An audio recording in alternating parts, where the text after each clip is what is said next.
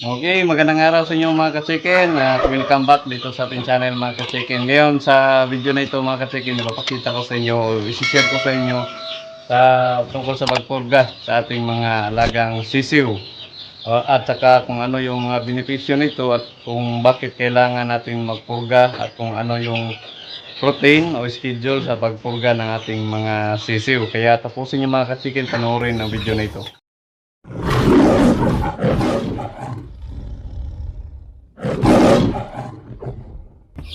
Ayan mga ka-chicken, ngayon magpupurga tayo ng ating mga alagang sisiw. Ito na yung mga sisiw natin mga ka-chicken. Uhaw na ito sila kasi mula ka ng umaga hindi talaga ako nagbibigay ng painom sa kanila. At ngayon at mga around 7 o'clock na, kaya medyo gusto na nilang uminom talaga.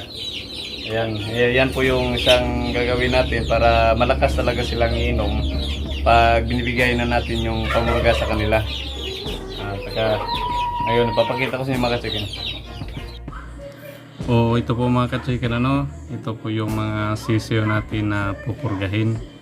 Bali ang mga sisiw po na ito mga ka-chicken dito sa ating brooder na nilagay ko ay halo po ito. Mayroon po dito mga Rhode Island Red at saka mayroon din po dito mga cross sa native at saka Hubbard natin na mga manok.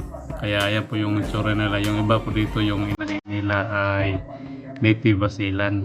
Kaya ito po sila, sabay-sabay po silang napisa, isang batch po sila, kaya hinahalo ko sila dito sa ating brooder.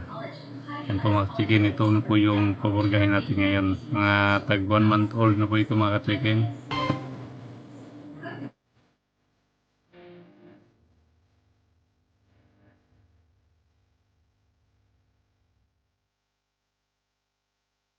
At ang gagamitin ko po dito mga ka-chicken na pamurga ay itong bastonero powder. Ayan kasi ito po ay from Tatak Excellent.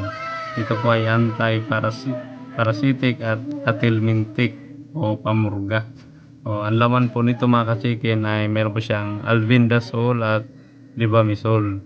Yung libamisole po mga ka-chicken is good for roundworm at saka yung albendazole ay may action siya against for lockworms and tapeworm.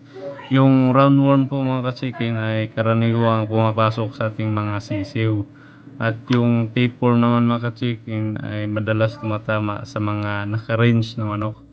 At yung pagtimpla nito mga ka-chicken ay yung isang sachet ay 5 grams, maghalo ng isang sachet o pakiti sa isang galong tubig.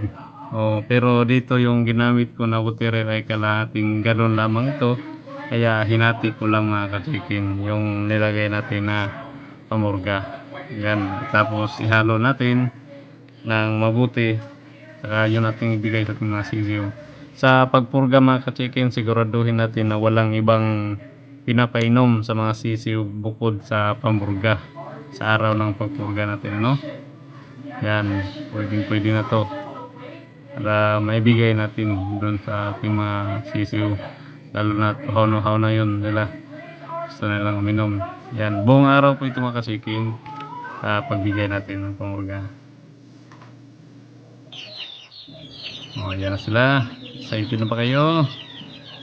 Yan, hihintay na sila. Okay, ayan na, nagkakagulo na sila mga kasikin, no? Ayos na ayos. Okay, at maraming natatanong mga kachikin, paano ang routine o scheduling sa pagbibigay ng pamurga. Unang-una mga kachikin, magbigay tayo sa kanila ng unang pagpurga nila pag sapit nila ng isang buwan o pag 30 days old nila. Saka po tayo magbigay ng unang pagpurga sa kanila. At saka ang kasunod na yun ay after ng 30 days, pang 21 days na naman nila, after ng unang pagpurga sa kanila, doon naman tayo magdi-deworm hanggang 4 na buwan po yan mga kasikin. Pagdating po ng 4 na buwan, pwede na po tayong mag-individual deworming sa kanila gamit yung mga pamurga, mga tubita kaya ng astig, pakyaw, at saka yung iba gumagamit ng bunga. Ayan po to. At saka yung dito mga kasikin sa akin, yung ginagamit ko ay yung astig, yung po yung binibigay ko sa akin pamurga. Pero sa 4 na buwan pa lang po mga chicken, binibigyan ko lang muna sila ng kalahati. Pagdating po nila ng 5 buwan na pataas, ay binibigyan ko na sila ng isang buo bawat isa. Every month na po yun. Pagdating ng 5 months sila, every month na po akong magbibigay ng pamurga sa kanila. Napakahalaga po mga chicken na mapanatili natin sila na parasite free ang ating mga alagang manok, no? Unang-una yung nasa developing stage mga ka-chicken. Baka isipin nyo na hindi naman nakabulati yung sisiw ko kasi nasa brooder lang naman sila o nakulong sila, o bago ko pa naman sila binaba, wala pa siguro bulati yan. Minsan kasi mga ka-chicken, neglected natin yung process of deworming na napakahalaga po mga ka-chicken. Pero kung yan ay infected na o kahit kunti pa lang ang bulati, wag nating hayaang mag-multiply yan sa loob. Kaya nga tinatawag natin na parasite kasi yan yung umaagaw ng nutrisyon na binibigay natin sa kanila. Kaya ang ating mga alaga, humihina yung paglaki, nababansot, at humihina yung katawan. Nakukompromise kasi mga ka-chicken yung developing stage nila.